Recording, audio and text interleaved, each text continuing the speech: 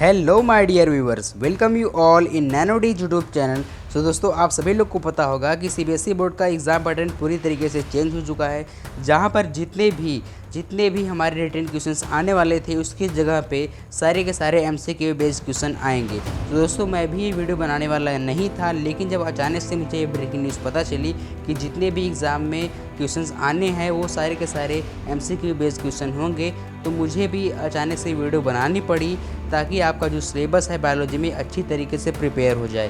तो दोस्तों, मैं आपसे इतना ही रिक्वेस्ट करता हूँ कि इस वीडियो को लास्ट तक आप ज़रूर देखिएगा, क्योंकि इस वीडियो में जितने भी क्वेश्चंस मैंने लाए हैं वो आपके लिए बहुत ही ज़्यादा इंपॉर्टेंट है। और मैं इतना 80 to 90% गारंटी के साथ कह सकता हूँ कि जितने भी क्वेश्चंस मैं इस वीडियो में लाया हूँ वो एग्ज़ाम में आने ही आने हैं। मैं आपसे फिर से कह सकता हूँ कि वो आने ही आने हैं और ऐसे ही एग्ज़ाम में क्वेश्चंस पूछे जाते हैं। तो दोस्तों, चलिए बिना किसी देरी के स्टार्ट करते हैं इस वीडियो को। तो सबसे पहले क्वेश्चन से स्टार्ट करते हैं। तो क्वेश्चन फर्स्ट है आपके स्क्रीन पे।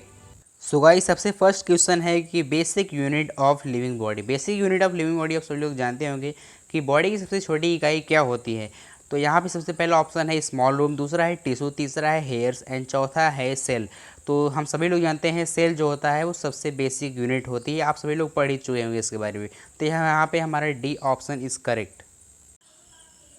नाउ गाइस, अब हमारा सेकंड क्वेश्चन गिवन है कि dash is not unicellular organism. इसमें से कौन सा यूनिसेलुलर ऑर्गेनिज्म नहीं है। तो सबसे पहला ऑप्शन गिवन है कैक्टस, दूसरा है क्लेमिडोमिनास एंड तीसरा है पैरामीसियम एंड चौथा है बैक्टीरिया। तो इसमें से हम सभी लोग जानते हैं यार कि जो हमारा कैक्टस होता है वो खुद एक प्लांट की बॉडी होती है, और इस जो प्लांट की बॉडी है तो कितने सारे इसमें टिश्यूज़ बनते होंगे। तो यहाँ पे यूनिसेलुलर ऑर्गेनिज्म की बात ही छोड़ दो, ठीक ना। तो यहाँ पे जो ऑप्शन ए है वो करेक्ट हो जाएगा। इसका मतलब यूनिसेलुलर ऑर्गेनिज्म कैक्टस नहीं होता है। नाउ गाइस, अब हमारा थर्ड क्वेश्चन है dash is not multi cellular organism. इसमें से मल्टी सेलुलर ऑर्गेनिज्म कौन सा नहीं है।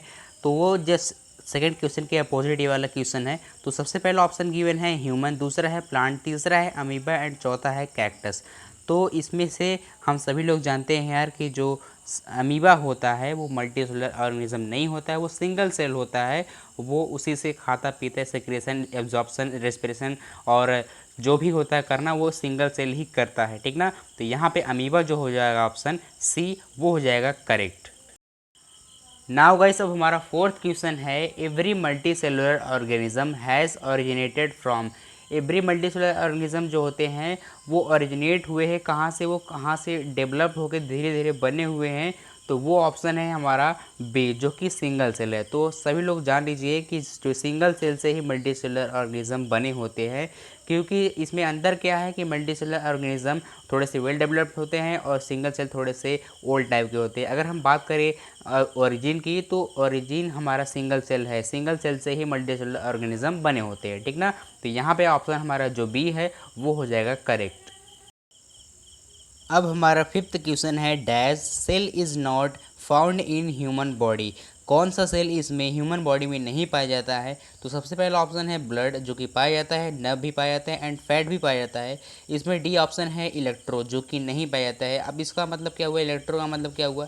इलेक्ट्रो मतलब सभी लोग जानते हैं जो टॉर्च में लगाए जाते हैं बैटरी वाली सेल्स, वही होती हैं इसमें पूछा गया है। आप सोच रहे होंगे आप कि ये कौन सा क्वेश्चन हो गया, लेकिन आपको कंफ्यूज करने के लिए एग्जाम में ऐसा पूछा जा सकता है और ये पूछा भी जा चुका है। तो आपको ये अच्छे से याद कर ही लेना चाहिए। तो आपको याद ही हो गया होगा कि इलेक्ट्रोसेल्स हमारे बॉडी में नहीं पाए जाते हैं, ठीक ना। तो चलिए गाइस, चलते हैं अपने सिक्स्थ क्वेश्चन पे। नाउ गाइस, अब हमारा क्वेश्चन 6 है कि shape and size of the cell are depend on their. यहाँ पे जो पूछा गया है कि जो सेल का शेप एंड साइज होता है वो किसके ऊपर डिपेंड करता है। वो टेक्सचर पे डिपेंड करता है, या शेप पे डिपेंड करता है, या फंक्शन पे डिपेंड करता है, या केमिकल पे डिपेंड करता है। तो दोस्तों, मैं आपको बता दूं ये टोटली डिपेंड होता है फंक्शन पे, क्योंकि फंक्शन के ही बिहाफ पे सेल के जो शेप एंड साइज होते हैं वो पर्टिकुलरली फिक्स होते हैं। आप बात समझ ही गए होंगे, क्योंकि ये बहुत ही ज़्यादा आसान क्वेश्चन है, ठीक ना। चलिए दोस्तों, अब चलते हैं अपने सेवन्थ क्वेश्चन पे। नाउ फ्रेंड्स, अब हमारा सेवन्थ क्वेश्चन है human body is originated from. Human body कहाँ से ओरिजिनेट होना शुरू हुआ है। आप कह सकते हैं कि ह्यूमन बॉडी कहाँ से डेवलप होना शुरू हुआ है। तो सबसे पहला ऑप्शन है यहाँ पे मदर, दूसरा है स्टमक ऑफ मदर एंड तीसरा है सिंगल सेल एंड चौथा है नॉन ऑफ देम।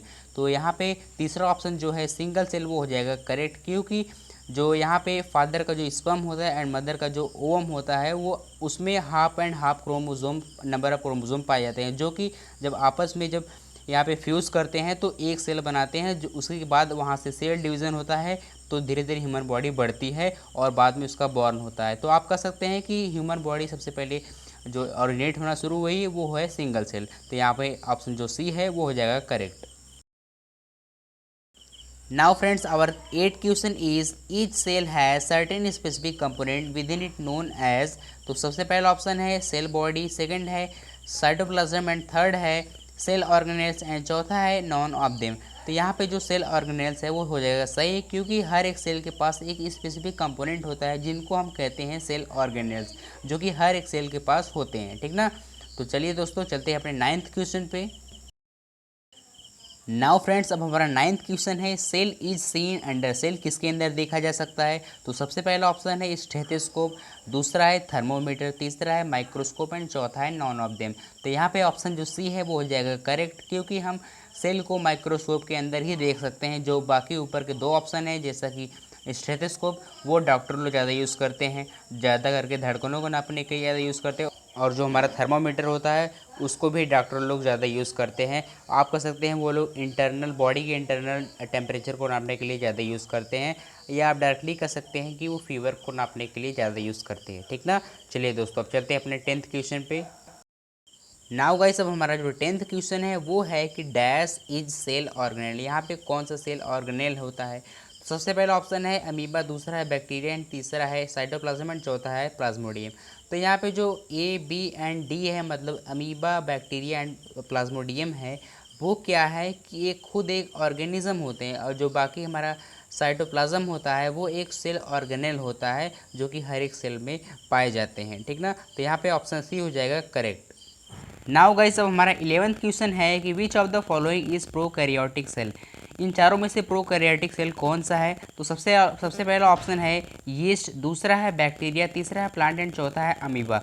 तो हम दोस्तों आपको बता दें कि जो बैक्टीरिया होता है वो प्रोकैरियोटिक सेल के अंदर आता है, तो ऑप्शन बी हो जाएगा हमारा करेक्ट। और जो हमारा यीस्ट होता है और प्लांट, देखिए प्लांट हमारे यहाँ पे मल्टीसेलुलर ऑर्गेनिज्म हो जाएगा, और यीस्ट हो जाता है हमारे यूनिसेलुलर ऑर्गेनिज्म, और जो अमीबा होता है वो प्रोटोजोअन के किंगडम में आता है, मतलब वो प्रोटिस्टा के किंगडम में आता है, और जो प्रोटिस्टा होता है वो एक माइक्रोस्कोपिक यूनिसेलुलर ऑर्गेनिज्म होता है, ठीक ना। नाउ फ्रेंड्स, अब हमारा 12th क्वेश्चन है कि outer most covering of the cell that separate the content of the cell from its external environment. तो वो इसमें पूछा गया है कि जो हमारा आउटर मोस्ट कवरिंग होता है सेल का, जो कि वो अंदर की कंटेंट को बाहर के एक्सटर्नल इन्वायरमेंट से बचाता है, वो कौन होता है? वो होता है सेल मेम्ब्रेन, ठीक ना। तो यहाँ पे जो cell envelope, cell cover and cell protector है वो गलत हो जाएगा, और हमारा जो सेल मेम्ब्रेन हो जाएगा सी ऑप्शन हो जाएगा करेक्ट। नाउ फ्रेंड्स, अब हमारा 13th क्वेश्चन है कि डैश इज अलाउज और permit the entry and exit of some material in and out of the cell is. सबसे पहला ऑप्शन है कि सेल इन्वेलप, दूसरा है सेल कवर, तीसरा है सेल मेम्ब्रेन, चौथा है सेल प्रोटेक्टर। तो इसमें पूछा गया है कि कौन अलाउ करता है entry and exit of some materials in and out of the cell. तो वो होता है सेल मेम्ब्रेन, ठीक ना। सेल मेम्ब्रेन ही डिसाइड करता है कि किसको अंदर रखें और किसको बाहर जाने दें या किसको अंदर जाने दें, ठीक ना। तो यहाँ पे ऑप्शन सी हो जाएगा correct. Now friends, for the 14th question is saying dash is called selectively permeable membrane. तो सबसे पहला ऑप्शन है यहाँ पे सेल इन्वेलप, दूसरा है सेल कवर, तीसरा है सेल मेम्ब्रेन, चौथा है सेल प्रोटेक्टर। तो यहाँ पे सेलेक्टिवली परमेबल मेम्ब्रेन किसको कहते हैं? सेलेक्टिवली परमेबल मेम्ब्रेन को कहते हैं हम सेल मेम्ब्रेन, ठीक ना। Cell membrane is also known as the selectively permeable membrane. तो यहाँ पर हमारा ऑप्शन सी हो जाएगा करेक्ट, ठीक ना। तो चलिए चलते हैं अपने 15th क्वेश्चन पे। Now guys, what the 15th question is saying. 15th question है कि कार्बन डाइऑक्साइड और oxygen can move across the cell membrane by a process called. यहाँ पे कार्बन डाइऑक्साइड एंड ऑक्सीजन है जो सेल मेम्ब्रेन के across जा सकते हैं, किस प्रोसेस से? सबसे पहला ऑप्शन है यहाँ पे रिजर्व ऑस्मोसिस, सेकंड है diffusion and third is transportation and fourth is circulation. तो यहाँ पे जो ऑप्शन बी है डिफ्यूजन, ये हो जाएगा सही, क्योंकि डिफ्यूजन के प्रोसेस से ही carbon dioxide and oxygen cell के अंदर और बाहर मूव कर सकते हैं।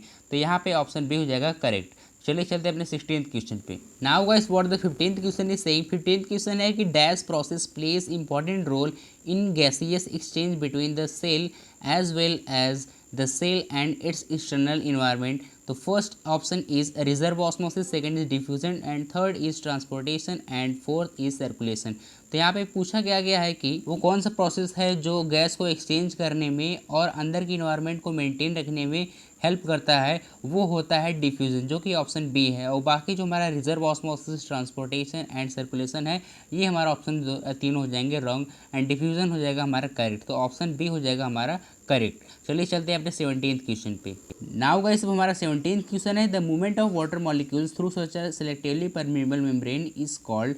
तो यहाँ पे बताया गया है जो मूवमेंट होता है वाटर मॉलिक्यूल का through a selectively permeable membrane. तो यहाँ पे selectively permeable membrane is also known as the plasma membrane. तो प्लाज्मा मेम्ब्रेन के थ्रू जो वाटर मॉलिक्यूल्स का जो मूवमेंट होता है उसको हम बोलते हैं ऑस्मोसिस। अब यहाँ पे जो हमारा diffusion and transportation and circulation है ये हो जाएगा रॉन्ग। तो हमारा सही हो जाएगा option A, that is osmosis. चलिए चलते हैं अपने 18th क्वेश्चन पे। Now guys what the 18th question is saying. 18th question है कि the cell is swell up by dash solution. तो स्वेल जो सेल होता है वो कौन से सोल्यूशन में डालने से स्वेल अप हो जाता है, मतलब फूल जाता है। तो वो होता है हमारा हाइपोटोनिक सोल्यूशन। क्या है, बी वाला है हाइपोटोनिक सोल्यूशन। हाइपोटोनिक मतलब पो मतलब आप समझ जाइए कोई ट्रिक है, पो मतलब फूल जाना और पर मतलब निकल जाना, ठीक ना। तो अगर यही उल्टा अगर कोई आए कि किस में कौन से सोल्यूशन में डालने से सेल जो हमारा श्रिंक हो जाता है, पचक जाता है, या अंदर के जितने कंटेंट होते हैं बाहर जाते हैं, तो वो हो जाएगा हमारा हाइपरटोनिक। लेकिन यहाँ पे सेल स्वेल की बात की गई है, फूलने की बात की गई है, तो यहाँ पे हो जाएगा hypotonic solution. And this is happening only because of the endosmosis, ठीक है ना। तो बाहर के जितने भी वाटर मॉलिक्यूल्स होते हैं वो अंदर आने लगते हैं, इसीलिए सेल क्या होता है, स्वेल हो जाता है अचानक से, ओके ना। तो यही होता है हमारा हाइपोटोनिक सोल्यूशन, जिसमें कि हमारा जो सेल होता है वो स्वेल हो जाता है, ओके। चलिए अब चलते हैं अपने 19th क्वेश्चन पे। Now friend question number 19 is when the medium is behaving like hypertonic solution. अगर हमारा जो मीडियम है हाइपरटोनिक सोल्यूशन की तरफ अगर बिहेव करने लगता है तो हमारे सेल के साथ क्या होगा। तो फर्स्ट ऑप्शन है सेल इज स्वेलअप, सेल फूल जाएगा। सेकंड है उसकी साइज ऐसे ही बनी रहेगी। थर्ड ऑप्शन है वो पिचक जाएगा। और फोर्थ ऑप्शन है ऑल ऑफ देम, इसमें से सब सही। अब बात आती है कि इसमें हमारा ऑप्शन सही कौन सा है। इसमें से ऑप्शन हमारा सी है, वो हो जाएगा करेक्ट, जो कि है सेल विल श्रिंक। यहाँ पे जो सेल है वो श्रिंक हो जाएगी दोस्तों। इसीलिए होता है क्योंकि जब भी हम किसी भी सेल को हाइपरटोनिक सोल्यूशन में डालते हैं तो अंदर का जो सेल के अंदर का जो ऑस्मोटिक प्रेशर होता है वो बाहर कंपेरिजन में ज़्यादा हो जाता है, इसीलिए अंदर के जो मटेरियल होते हैं वो बाहर आने लगते हैं। इसका बेस्ट एग्जांपल है जब भी आप खीरे पर नमक को डालते हैं तो खीरे में से पानी निकलने लगता है। तो this is because of the hypertonic solution. तो यहाँ पे ऑप्शन सी हो जाएगा करेक्ट। नाउ गाइस हमारा 20 वाला क्वेश्चन है the cell will stay the same size dash solution. इसमें पूछा है कि हम कौन से सोल्यूशन में डालें तो हमारा सेल एक ही जैसा पड़ा रहेगा, उसमें ना वो पचकेगा ना फूलेगा। अभी देखिए अभी तक हमने अभी दो सोल्यूशंस पढ़े हैं, जो कि था एक हाइपरटोनिक और दूसरा था हाइपोटोनिक। हाइपर में क्या था कि अंदर के जो कंटेंट थे वो बाहर आ जाते थे जिससे सेल श्रिंक हो जाता था, और हाइपोटोनिक में क्या था कि बाहर के जो कंटेंट थे वो अंदर आ जाते थे जिससे सेल स्वेल हो जाता था। लेकिन इसमें दोनों मेंटेन बने रहेंगे, इसीलिए सेल का साइज़ वैसे ही बना रहेगा। तो ये सोल्यूशन हो जाएगा आइसोटोनिक सोल्यूशन। अब देखिए आइसोटोनिक सोल्यूशन में एक फैक्ट है, आइसोटोनिक सोल्यूशन में भी पार्टिकल्स अंदर बाहर जाते, मतलब अंदर बाहर जाते रहते हैं सेल के, लेकिन जितने जाते हैं उतने फिर से आ जाते हैं, इसीलिए इसमें दोनों मेंटेन बनाए रखता है। लेकिन इसमें मूवमेंट होता है वाटर पार्टिकल्स का, लेकिन जितने जाते हैं उतने फिर से वापस आ जाते हैं। तो इसमें क्या होता है, ये हाइपरटोनिक सोल्यूशन हम इसको कहते हैं, ठीक ना। चलिए अब चलते हैं अपने 21 वाले क्वेश्चन पे। नाउ गाइस हमारा 21 वाला क्वेश्चन है when the medium is behaving like a isotonic solution then what happens. First option is cell is swell up, second is cell is size as it retain as it is, and third is cell will shrink, and fourth is all of them. तो यहाँ पे 20 वाले question को फिर से घुमा करके पूछ दिया गया है कि जो आप कह सकते हैं जो मीडियम है हमारा आइसोटोनिक सोल्यूशन की तरह बिहेव करने लगे, तब हमारा जो सेल का साइज़ होता है वो एज इट इज़ बना ही रहता है। क्योंकि हमने अभी पढ़ा है इसमें ना जो हमारे वाटर पार्टिकल्स का जो मूवमेंट होता है या जो हमारे जो गैसेस का मूवमेंट होता है वो ना अंदर ही जाता है पूरी तरीके से, वो ना बाहर ही जाता है, ठीक ना। दोनों में मेंटेन किए रहता है, इसीलिए सेल का साइज़ वैसे बना ही रहता है, ठीक ना। चलिए अब चलते हैं अपने 22 वाले क्वेश्चन पे। नाउ गाइस हमारा 22 वाला क्वेश्चन है respiratory enzymes in bacteria are found associated with. तो सबसे फर्स्ट ऑप्शन है DNA, second is plasma membrane, third is mitochondria and fourth is cell wall.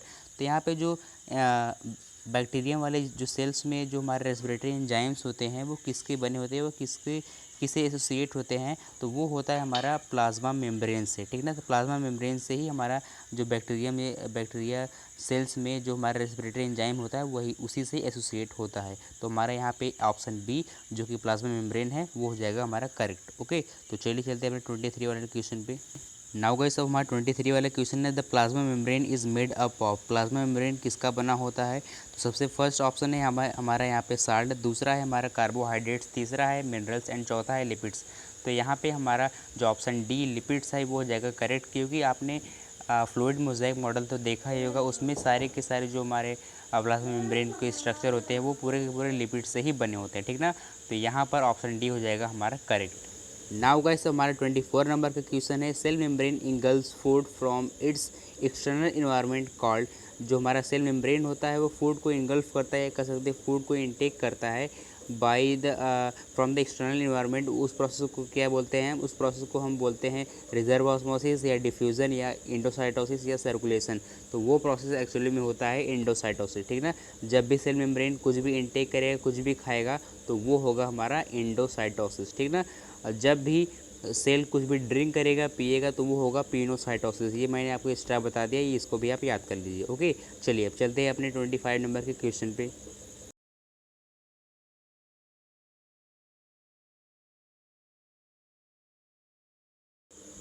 Now guys, हमारा 25 नंबर का क्वेश्चन है amoeba acquires its food through. Amoeba जो होता है कैसे अपने फूड को एक्वायर करता है, या कैसे कर सकते हैं कि वो कैसे फूड को लेता है, वो कैसे इनटेक करता है।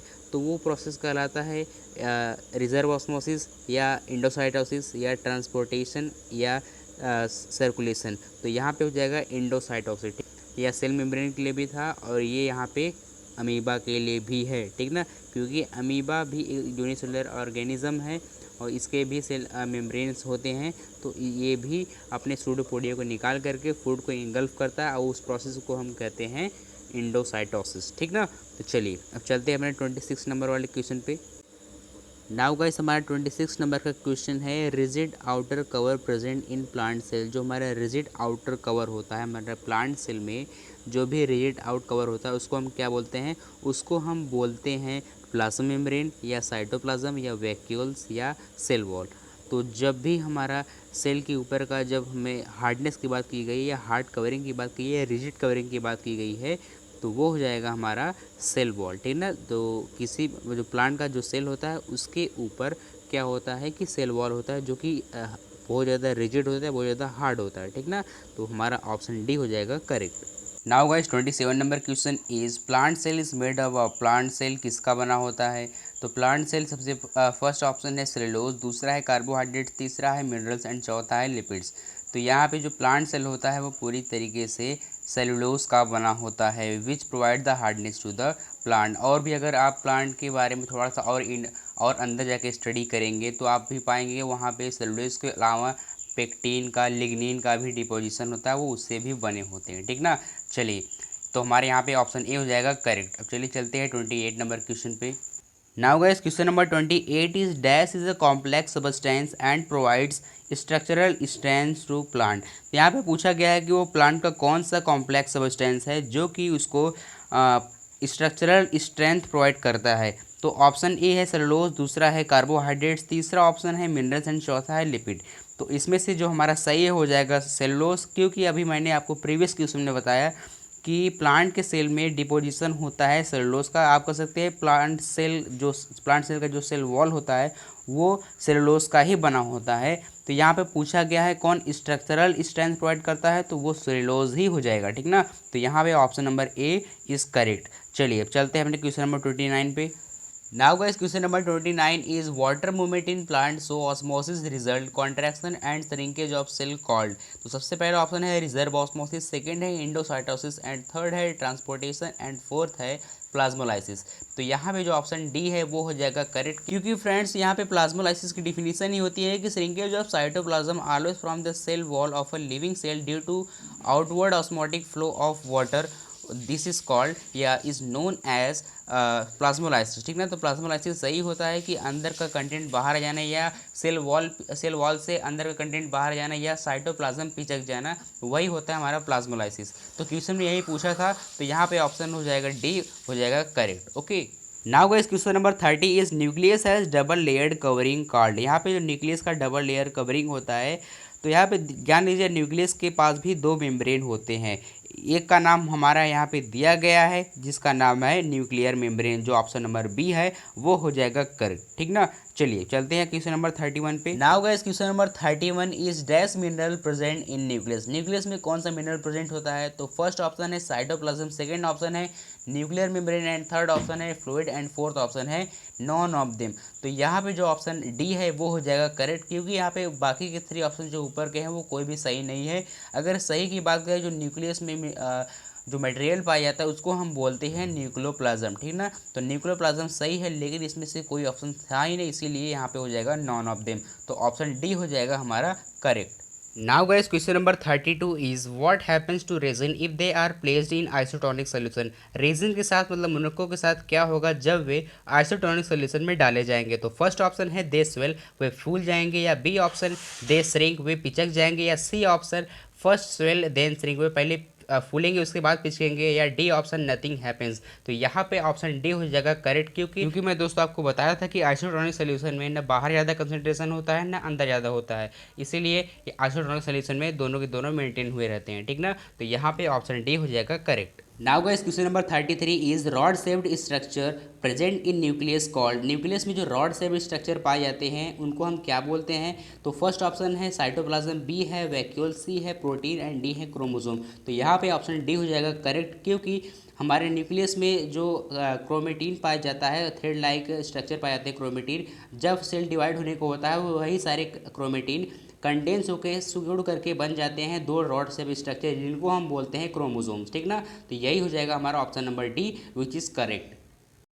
Now guys question number 34 is full form of DNA. DNA का फुल फॉर्म क्या होता है? तो फर्स्ट ऑप्शन है डीऑक्सीराइबोन्यूक्लिक एसिड, सेकंड है डॉक्सीराइबोस एसिड, थर्ड है deoxyribose naphthalic acid and fourth is deoxyribonucleic एंटार। तो यहाँ पे जो ऑप्शन ए है वो हो जाएगा सही, क्योंकि इसका फुल फॉर्म होता है डीऑक्सीराइबोन्यूक्लिक एसिड। ठीक ना, तो यही हमारा ऑप्शन ए हो जाएगा correct. Now guys question number 35 is chromosomes are composed of dash and dash. ठीक ना, तो क्रोमोसोम किसका कंपोज होता है, किसका बना होता है? तो फर्स्ट ऑप्शन है एसिड एंड बेस, सेकंड है minerals and bases and third है DNA and protein and fourth है डीएनए एंड आरएनए। तो यहाँ पे जो ऑप्शन सी हो जाएगा वो हो जाएगा करेक्ट, क्योंकि क्रोमोसोम बना होता है डीएनए एंड प्रोटीन के मिक्सर से। ओके, तो यही हो जाएगा हमारा option C correct. Now guys question number 36 is functional segment of DNA called. जो डीएनए का फंक्शनल सेगमेंट होता है, या आप कह सकते हैं डीएनए का जो खंड होता है उसको हम क्या बोलते हैं? तो first option is RNA, second है जीन्स एंड थर्ड है क्रोमोसोम एंड डी है नॉन ऑफ देम। तो यहाँ पे जो हमारा बी ऑप्शन हो जाएगा वो हो जाएगा करेक्ट, क्योंकि genes is the segment of DNA that carries the information from the parents to the offspring and determines the hereditary characteristic in the offspring. Okay, तो यही हमारा जीन्स हो जाएगा correct. Now friends question number 37 is nucleus plays vital role in cellular. तो यहाँ पे nucleus जो है बहुत ही ज़्यादा इंपॉर्टेंट रोल प्ले करता है किस चीज़ में? तो फर्स्ट ऑप्शन है सर्कुलेशन, सेकंड है option transportation and third option है रिप्रोडक्शन एंड फोर्थ ऑप्शन है डाइजेशन। तो यहाँ पे जो ऑप्शन सी है वो हो जाएगा करेक्ट, क्योंकि nucleus is controlling centre of the cell and it plays the central role in cell reproduction through the process of mitosis and meiosis. ठीक ना, तो यहाँ पे जो ऑप्शन सी है वो हो जाएगा correct. Now guys question number 38 is undefined nuclear region containing only nucleic acid is called. ऐसा रीजन, ऐसा न्यूक्लियर रीजन जहाँ पे खाली न्यूक्लिक एसिड पाए जाते हो तो उनको हम क्या बोलते हैं? फर्स्ट ऑप्शन है आरएनए, सेकंड ऑप्शन है जीन्स, थर्ड है क्रोमोसोम एंड फोर्थ है न्यूक्लियोइड। तो यहाँ पे जो ऑप्शन डी है वो हो जाएगा करेक्ट, क्योंकि पर ऐसे सेल के रीजन में जहाँ पे खाली न्यूक्लिक एसिड पाए जाते हैं उसको हम बोलते हैं न्यूक्लियोइड, और ज़्यादातर ये बैक्टीरियल सेल में पाए जाते हैं। ठीक ना, तो यहाँ पे जो ऑप्शन डी है वो हो जाएगा correct. Now friends question number 39 is dash has lack of nuclear membrane. कौन से सेल के पास न्यूक्लियर मेम्ब्रेन नहीं होता है? तो वो हो जाएगा हमारा option A that is prokaryotes, या बी दैट इज यूकैरियोट्स, या सी दैट इज कैक्टस, या D that is human being. तो यहाँ पे जो ऑप्शन ए है वो हो जाएगा करेक्ट, दैट इज प्रोकैरियोट्स, ठीक ना। तो प्रोकैरियोटिक सेल में न्यूक्लियर खाली न्यूक्लिक एसिड पाए जाते हैं, वहाँ पे न्यूक्लियर रीजन नहीं होता है, तो वहाँ पे न्यूक्लियर मेम्ब्रेन भी नहीं होता है, ठीक ना। तो न्यूक्लियर रीजन को ही न्यूक्लियर मेम्ब्रेन ही बोलते हैं। तो ये हमेशा खाली होता है प्रोकैरियोटिक सेल में, ठीक है ना। तो यहाँ पे जो ऑप्शन ए है ये हो जाएगा correct. Organism with cell having a nuclear membrane called, ऐसे ऑर्गेनिज्म जिनके सेल के पास न्यूक्लियर मेम्ब्रेन होता है उनको हम क्या बोलते हैं, तो वो होते हैं प्रोकैरियोट्स, या यूकैरियोट्स, या कैक्टस, या ह्यूमन बीइंग। तो यहाँ पे जो ऑप्शन नंबर बी है वो हो जाएगा करेक्ट, क्योंकि हर यूकैरियोटिक सेल में न्यूक्लियर मेम्ब्रेन पाए जाते हैं, लेकिन जितने भी प्रोकैरियोट्स होते हैं आप कह सकते हैं most of the prokaryotic cell में न्यूक्लियर मेम्ब्रेन एब्सेंट होते हैं, ठीक ना। तो यहाँ पे ऑप्शन बी हो जाएगा correct. Now guys question number 41 is fluid content present in cell called, यहाँ पे जो सेल के अंदर जो फ्लूइड पाए जाते हैं वो उनको हम क्या बोलते हैं, तो फर्स्ट है यहाँ पे साइटोप्लाज्म, सेकंड है वैक्यूल्स, यहाँ पे थर्ड है प्रोटीन, एंड यहाँ पे जो फोर्थ है वो है क्रोमोसोम। तो ऑप्शन यहाँ पे ए हो जाएगा करेक्ट, क्योंकि मतलब सेल के अंदर जो फ्लूइड पाए जाते हैं, या फ्लूइड क्या होता है, mixture of gases and liquid is called fluid, ठीक ना। तो ऐसे फ्लूइड जो प्रेजेंट होते हैं सेल के अंदर उनको हम बोलते हैं cytoplasm. Now friends question number 42 is dash lack any membranes and hence they do not show the characteristics of life. तो यहाँ पे ऑप्शन ए है प्लाज्मोडियम, सेकंड है वायरसेस, थर्ड है ह्यूमन बीइंग, एंड फोर्थ है नॉन ऑफ देम। तो यहाँ पे जो ऑप्शन बी हो जाएगा वो हो जाएगा करेक्ट, क्योंकि जो वायरसेस होते हैं ये बायोलॉजिकल एसेंटिसिस होते हैं, और जो कि इनके पास खुद का एक सेलुलर स्ट्रक्चर नहीं होता है, ठीक ना। तो they are the lack of membrane, hence they do not show the characteristics of the life, okay. तो यहाँ पे जो ऑप्शन बी है वो हो जाएगा correct. Now guys question number 43 is full form of ER. ER का फुल फॉर्म क्या होता है, तो यहाँ पे फर्स्ट ऑप्शन है इंडो राइबोसोम, एंड सेकंड है इंडोप्लाज्मिक रेटिकुलम, थर्ड है इंडोप्लाज्मिक राइबोसोम, एंड फोर्थ है इंडोप्लाज्मिक राइबोस। तो यहाँ पे जो ऑप्शन बी है वो हो जाएगा करेक्ट, क्योंकि इसका फुल फॉर्म होता है इंडोप्लाज्मिक रेटिकुलम, ओके। तो यहाँ पे ऑप्शन बी है वो हो जाएगा correct. Now friends question number 44 is full form of SER. SER का फुल फॉर्म क्या होता है, तो फर्स्ट है हमारा option smooth Indo ribosome, and second है स्मॉल इंडोप्लाज्मिक रेटिकुलम, एंड सी है smooth endoplasmic reticulum, and fourth है स्मूथ इंडोप्लाज्मिक राइबोसोम। तो यहाँ पे जो हमारा ऑप्शन सी है वो हो जाएगा करेक्ट, क्योंकि इसका फुल फॉर्म होता है स्मूथ इंडोप्लाज्मिक रेटिकुलम, ओके। तो यहाँ पे ऑप्शन सी है वो हो जाएगा correct. Now friends question number 45 is dash plays crucial role in detoxifying many poison and drug. तो यहाँ पे चार ऑप्शन दिए गए, चारों ऑप्शन में से हमें बताने हैं कि ऐसा कौन सा इसमें ऑप्शन है जो कि प्ले करता है बहुत ज़्यादा क्रूशियल रोल किस फील्ड में, जो कि पॉइजन एंड ड्रग्स को डिऑक्सीफाइंग करने के लिए, उसको मिटाने के लिए काम आता है। तो वो हो जाएगा हमारा एसईआर, स्मूथ इंडोप्लाज्मिक रेटिकुलम। हम सभी लोग जानते हैं हमारे सेल में टू टाइप के ईआर पाए जाते हैं, एक होता है आरईआर, एक होता है एसईआर। तो एसईआर जो होता है वो हमारा फैट के लिए भी यूज़ होता है, फैट फॉर्मेशन करता है, लेकिन वो ड्रग्स और पॉइजन को मिटाने के लिए भी यूज़ होता है, ठीक ना। तो यहाँ पे ऑप्शन हमारा सी है वो हो जाएगा करेक्ट।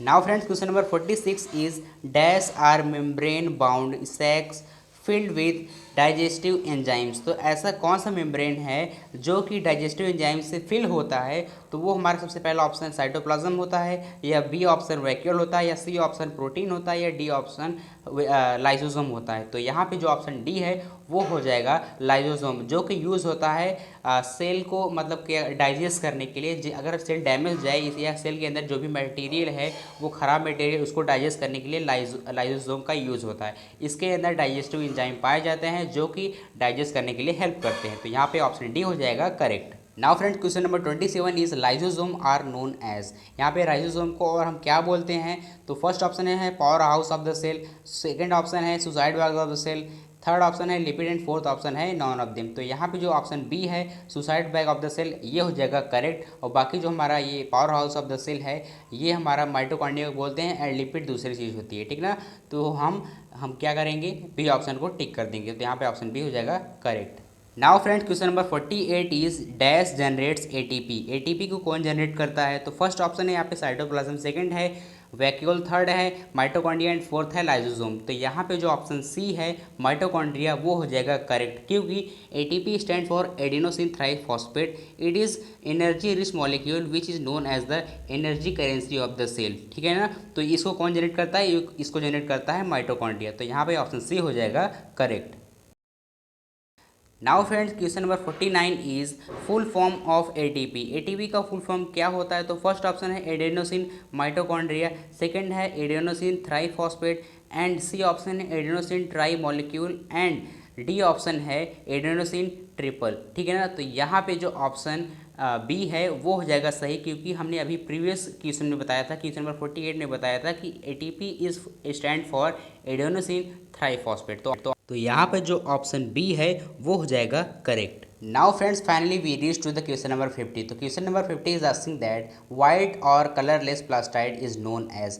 वाइट और कलरलेस प्लास्टाइड को हम क्या बोलते हैं? तो ऑप्शन ए है प्लाज्मोडियम, या बी है प्लास्टिड एंड सी है क्लोरोप्लास्ट एंड डी है ल्यूकोप्लास्ट। तो यहाँ पे ऑप्शन डी हो जाएगा करेक्ट, क्योंकि यहाँ पे जो ल्यूकोप्लास्ट है वो कलरलेस प्लास्टाइड होता है और ये हमारा स्टार्च का भी स्टोरिंग करता है। ठीक ना। ये स्टार्च को भी स्टोर करता है और ये नॉन ग्रीन पार्ट पे रहता है, जैसा कि ये रूट में पाया जाता है, ट्यूबर पे पाया जाता है। ठीक ना। तो ये ऐसे जगह पे पाया जाता है जहाँ पे ग्रीन पिगमेंट्स नहीं होते हैं, और जो हमारा क्लोरोप्लास्ट होता है उसमें ग्रीन पिगमेंट्स पाए जाते हैं। इसी की वजह से ये सनलाइट को कैप्चर करता है और हमारे लिए फूड बनाते हैं। ठीक ना। तो यहाँ पे ऑप्शन डी हो जाएगा करेक्ट। सो गाइस जैसा कि आपने वीडियो के थंबनेल पे देखा था कि मैं इस वीडियो में 50 प्लस एमसीक्यू क्वेश्चन कवर करूंगा, इसीलिए मुझे 51 क्वेश्चन बनाना पड़ा है। तो यहाँ पे 51 क्वेश्चन क्या पूछ रहा है? The process of cell division by which most of the cell are divided for growth is called. यहाँ पे वैसा प्रोसेस हमें बताना है जहाँ पर जो सेल होता है डिवाइड करने लगता है फॉर ग्रोथ के लिए, तो वो कौन सा प्रोसेस कहलाता है? तो वो हो जाएगा हमारा option C, that is mitosis. ठीक ना। तो यहाँ पे ऑप्शन सी हो जाएगा correct. Now friends, after ending of the class, do not forget to take your homework and the first homework is lysosome arise from। lysosome कहाँ से arise होता है? तो यहाँ पे 4 ऑप्शन दिए गए हैं, endoplasmic reticulum, Golgi apparatus, nucleus and mitochondria. तो आपको जो सही आंसर होगा वो आपको कमेंट बॉक्स में जरूर लिखना है दोस्तों। अगर आपको आता है तो प्लीज़ ज़रूर लिखिएगा, अपना होमवर्क मत छोड़िएगा। ठीक ना। चलिए अब इसका हम सेकेंड होमवर्क देख लेते हैं।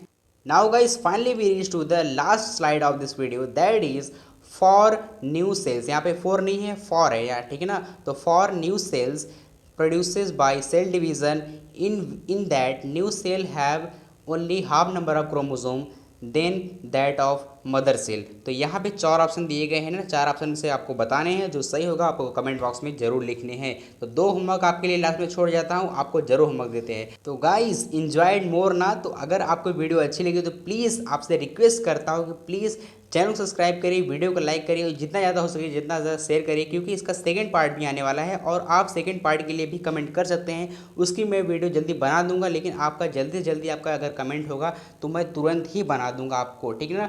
तो जान लीजिए मैं आपको बना ही चुका हूँ, आप कमेंट बॉक्स में देख लीजिए, उसका सेकंड पार्ट आपको मिल गया है। ठीक ना। तो do not forget to share this video, do not forget to like and do not forget to subscribe to my YouTube channel. तो गाइस ऐसे ही मिलेंगे अपने नेक्स्ट वीडियो में। Till then take care of you by the कोविड-19 and जय हिंद जय भारत।